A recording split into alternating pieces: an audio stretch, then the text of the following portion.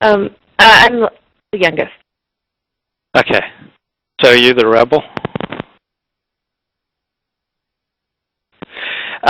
Suzanne, so when you were a kid, what did you want to be when you grew up?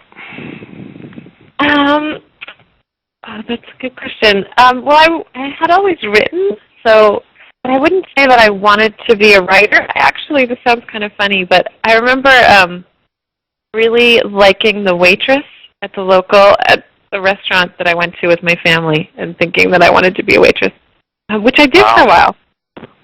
But yes, after that, writing definitely. When did you come to realize you wanted to be a writer?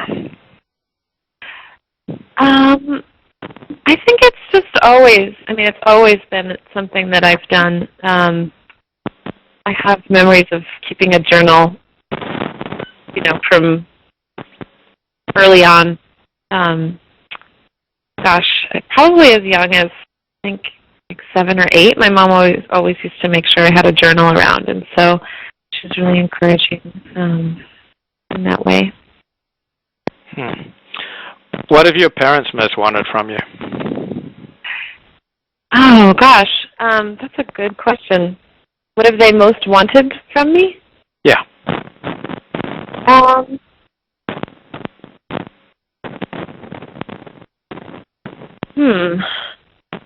Well, I guess to be happy. They want me to be happy in life.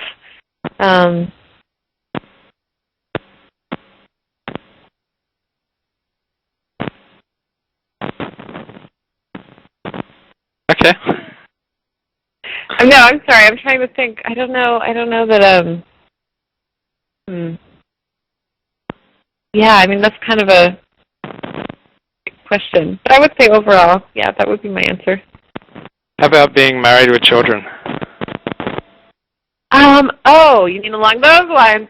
Yes, definitely. I think that they would like that. Although they're four children, and no one is yet married with children, and so I think they're pretty quiet about it. But yeah, occasionally I get a hint that they would like grandchildren. Where are you in the birth order? Sorry, that was I'm the youngest. Okay. So are you the rebel? I don't know. It's funny. I don't really think of myself like that, but I guess I remember hearing there was some research study that came out last year, a couple years ago, and apparently the oldest children have higher IQs. Yeah. But the youngest tend to sort of end up doing different things because I guess the theory is that they want to distinguish themselves, so their goal is to be different than the people siblings that came before them. Where are you or do you I'm the youngest. I'm totally the youngest. I'm a rebel, and I prefer to date oldest children because they're responsible. Wait, you prefer what? I'm the youngest, and I prefer to date women who are the oldest because they tend to be responsible and disciplined, and it's a good balance. I'm then the playful one, and they're the kind of responsible one, and it's a good balance. Okay. Because eldest children tend to like to date youngest children. Oh, I didn't realize that. That's funny. I'm dating an oldest child right now, so I guess that sort of resonates. Have many of your boyfriends been eldest children? Nope, definitely not. Well, that's why it didn't work out then. Yeah, exactly. We can just boil it down to that. Where were you in the social pecking order in high school? That's a good question too. It's really funny. As I was just talking about this morning.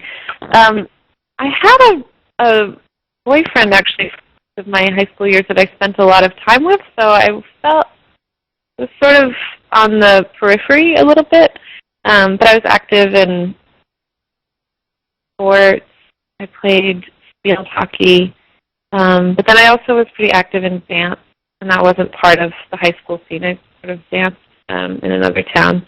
And then I was involved in student government which was fun. So it I've sounds like now you were found popular. out of my what? Sounds like you were popular.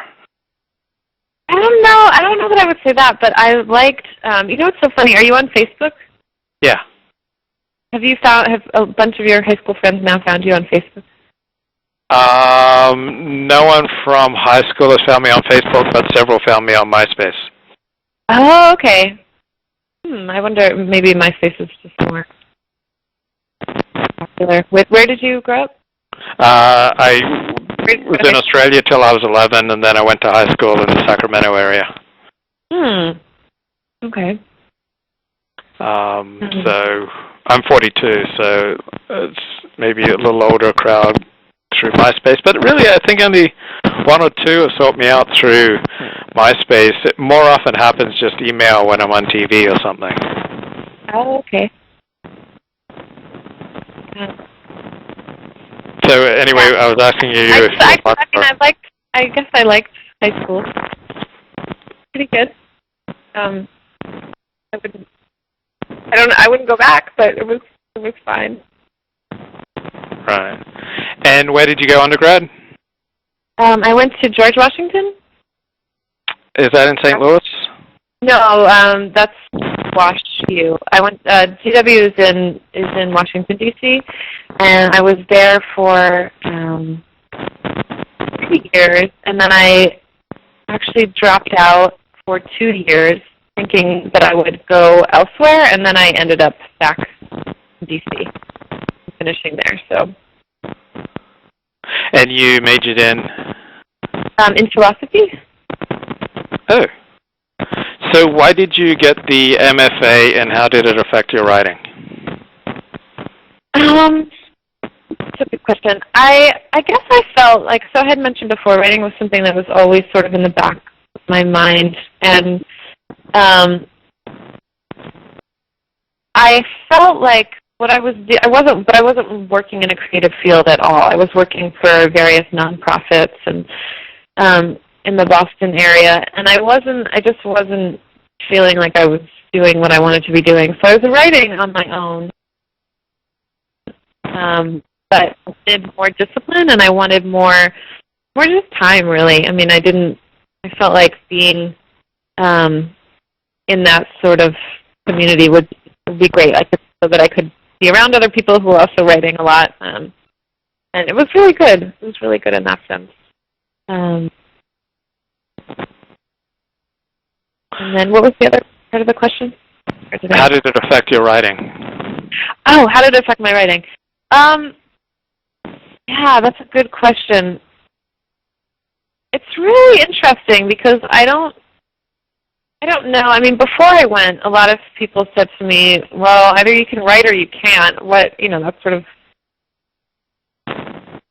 what do you expect? But I kind of I really wanted the time, and it was great for that. It was really great to be able to just kind of dive in, and I also explored a lot more than I may have done on my own, because the program was very encouraging of that. There's sort of a time to they encourage us not to figure out what book you're going to write now, but just to sort of, experiment and play with things like voice, and so it was great in that sense. But so I guess I got a lot of good practice there. I guess I would say that's sort of the best way. But by the time I finished the program, which I absolutely loved, I also kind of felt like, oh gosh, I don't know if I ever want to be in another writing workshop again, just because it was kind of tiring, and I also felt like I wanted to sort of isolate myself in terms of my writing and just write my own, sort of take all that I had learned and try to use that as a starting point.